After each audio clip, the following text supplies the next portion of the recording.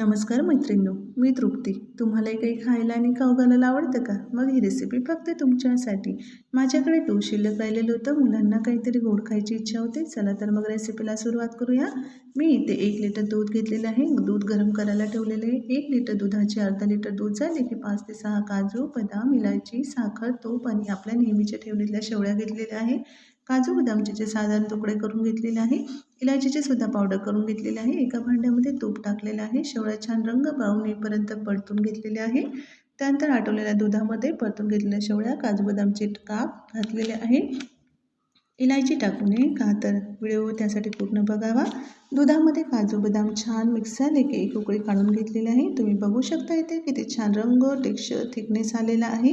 आता शेवटी इलायची पावडर घालावी, कारण अगोदर जर इलायची पावडर घातली तर दुधामध्ये सुगंध हा टिकून राहत नाही. म्हणून इलायची ही कोणत्याही गोड पदार्थामध्ये नेहमी शेवटी घालावी.